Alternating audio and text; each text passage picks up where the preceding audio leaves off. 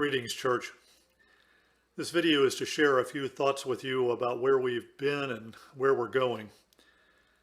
It's now a little over a month since the restrictions on our meeting together were put in place. It was hard to imagine when we started how Easter would be without being able to meet together, but we made it through it and we were able to celebrate even though we couldn't be in the same place. I'm glad we have this form of communication that we can share together in this way. And I hope that we can continue to do this.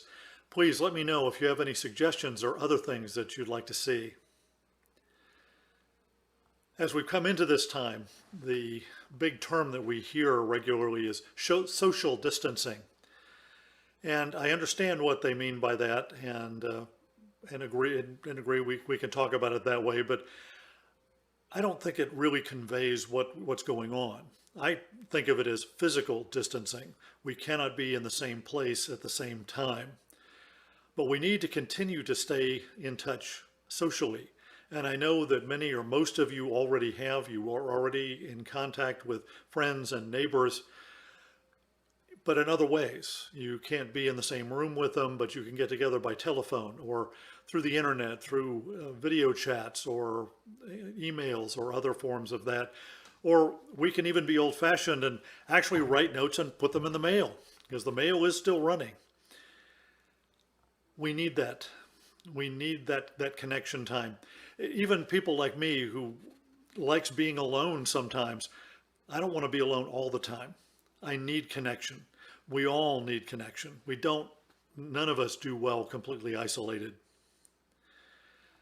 We can also realize that this social distancing or physical distancing, whatever we want to call it, is not spiritual distancing.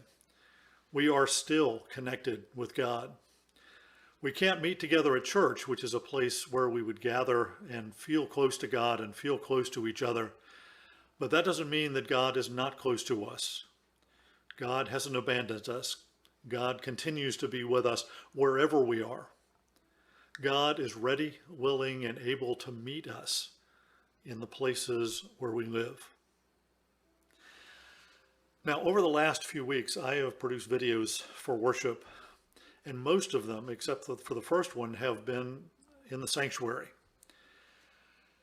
I thought that was helpful, a reminder of the place where we usually gather, particularly through the Easter season.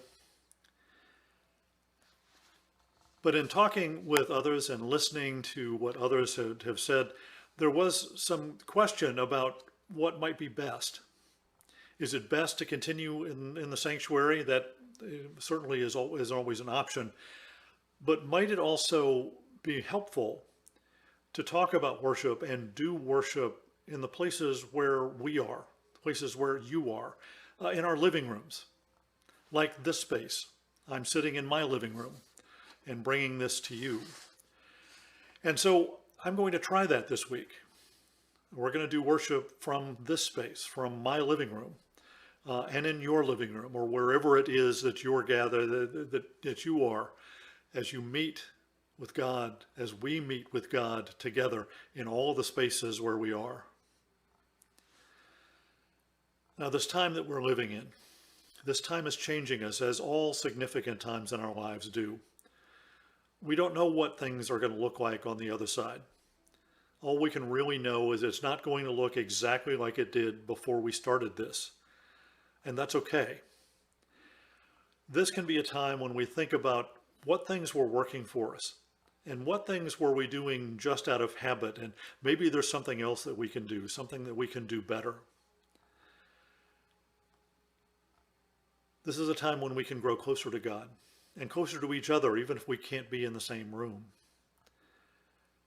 It's also a time when we can let others know, when we can share our faith in God, that God's with us, even and maybe in particular in times like this, in times of struggle or in times when there are more questions than we have answers.